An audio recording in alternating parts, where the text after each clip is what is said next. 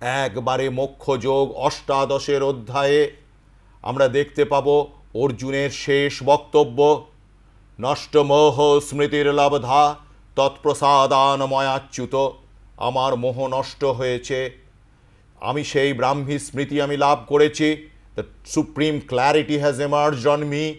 কিন্তু এটা আমার যে নিজের চেষ্টার দ্বারা হয়েছে তা নয়, তোমার কৃপায়, তোমার প্রসন্নতায়, তৎপ্রসাদাৎ ময়া অচ্যুত, আমি লাভ করেছি তোমার কৃপার বলে।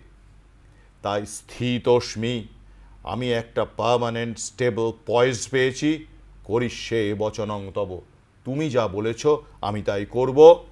এই রকম যে কথা, একটা দৃঢ় নিশ্চয় ভূমি, এই হচ্ছে শিষ্যত্ব অর্জুনের শেষ কথা।